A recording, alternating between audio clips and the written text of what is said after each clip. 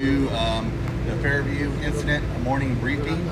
This is a dynamic incident that we're dealing with, and we have our leadership behind us that's going to be speaking about the incident and what progress we've been making since yesterday.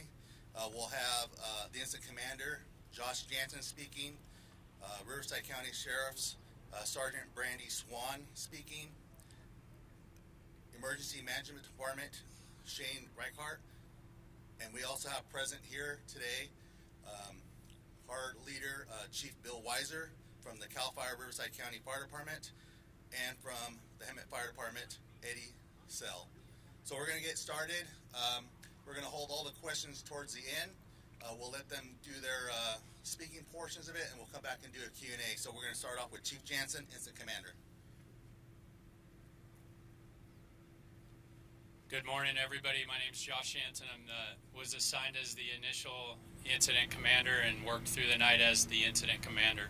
So yesterday afternoon, we had a fire start near Batista and Fairview, titled that incident the Fairview Incident. We had a rapidly expanding incident upon the arrival of the first due engine company.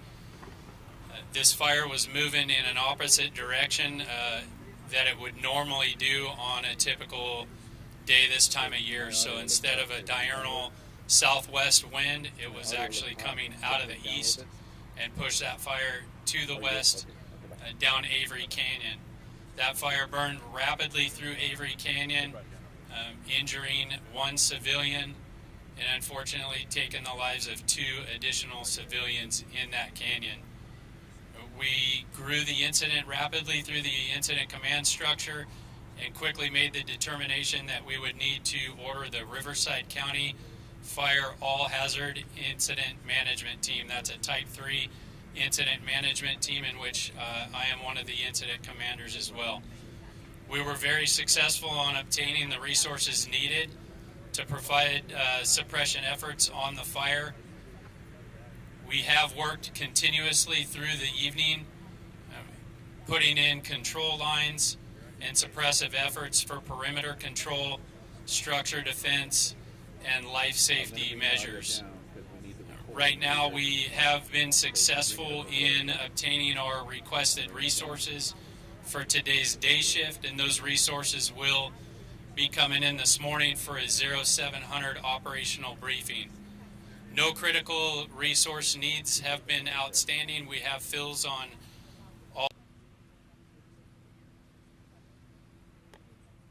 Good morning. On behalf of Sheriff Chad Bianco, we want to extend our deepest condolences to the family members of those that were lost in the fire and the member that is still surviving but injured. We are extremely grateful for the efforts of CAL FIRE and the other fire personnel that are here on scene, as well as the medical personnel that are assisting those that need medical attention.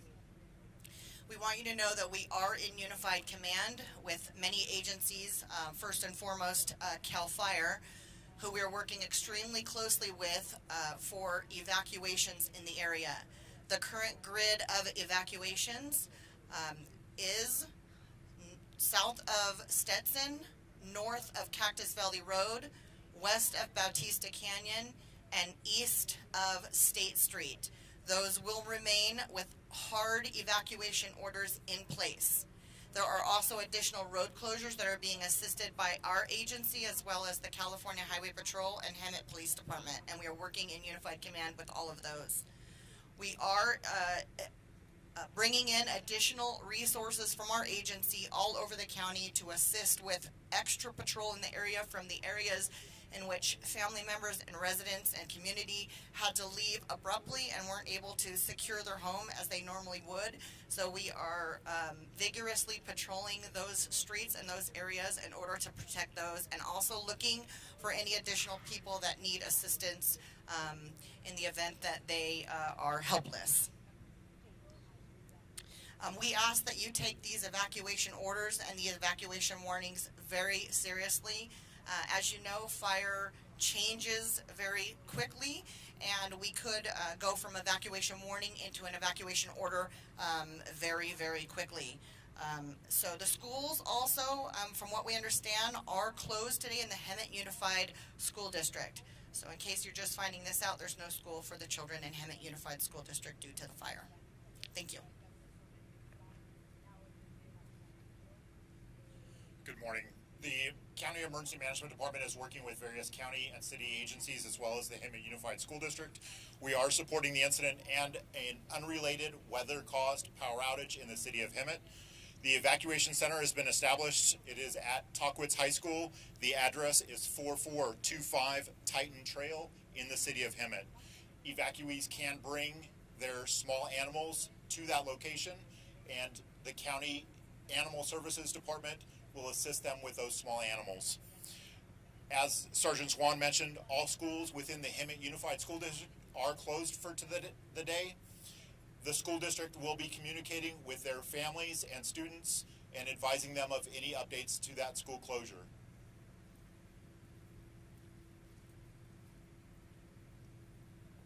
I'll kind of conclude the speaking portion. So if we have any questions, we'll take those now.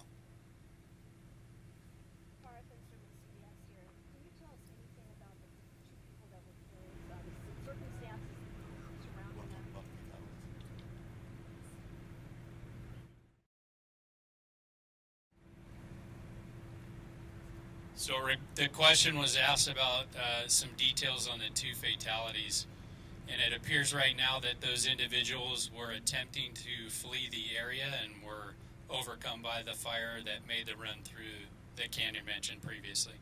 And is the third person that was burned, were they with them, or was that a separate incident? They were in the same area, unknown right now if they were related or from the same household. Were there any other injuries other than this third person that was burned that you were dealing with right now? Just the 3 injuries right now are what we're aware of. Good morning, Gigi Graciette with Fox 11. What is your biggest concern today? Yesterday we heard about a possible shift in winds this afternoon.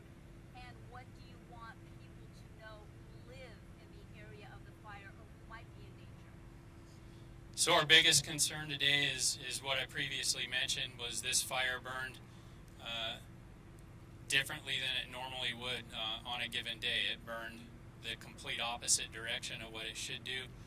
All of our intel and fire weather forecasting and predictive models are showing that the wind will reverse 180 degrees and burn in that typical normal diurnal pattern. So back the opposite way it burned throughout yesterday and most of the evening.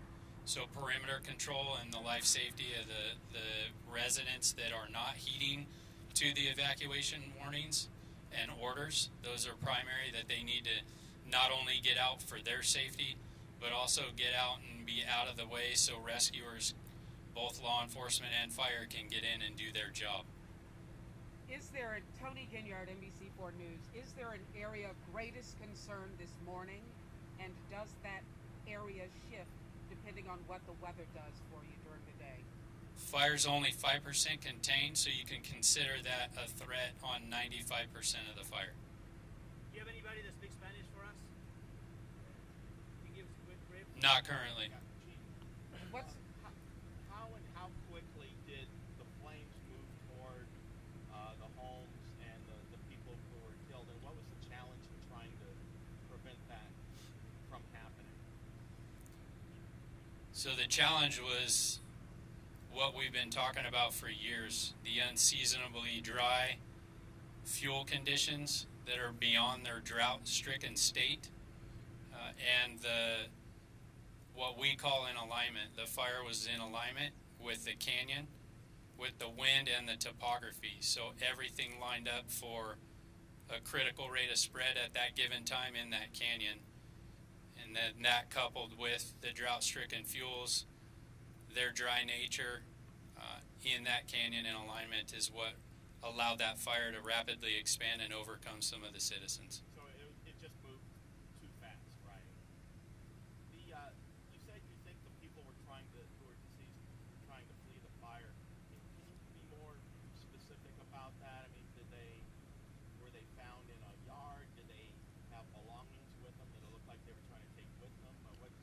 I don't have any of the details other than talking to the operations section chief that was in that area.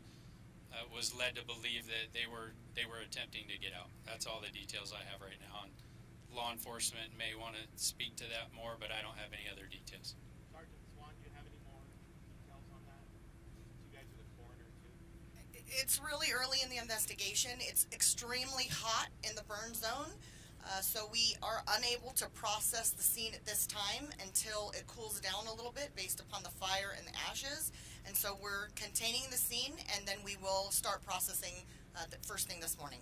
So we'll have some better information a little later today. Okay, so What type of aerial attack are you planning on the fire today? What I'm type sorry? of aerial attack are you planning on the fire today? What type of aircraft will be used, and if there's any wind conditions that are going to preempt it? The question is about aerial attacks. So we've been successful in our aircraft request. We'll have one air attack over the fire immediately, along with 4 Type 2 air tankers and then 2 what we call the VLATs. We'll also have 4 Type 1 helicopters.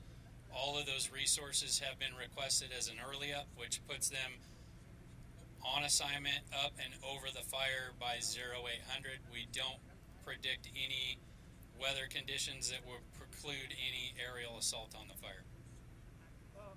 I'd like to. why the flames went in the opposite direction they normally went, how that affected the firefight?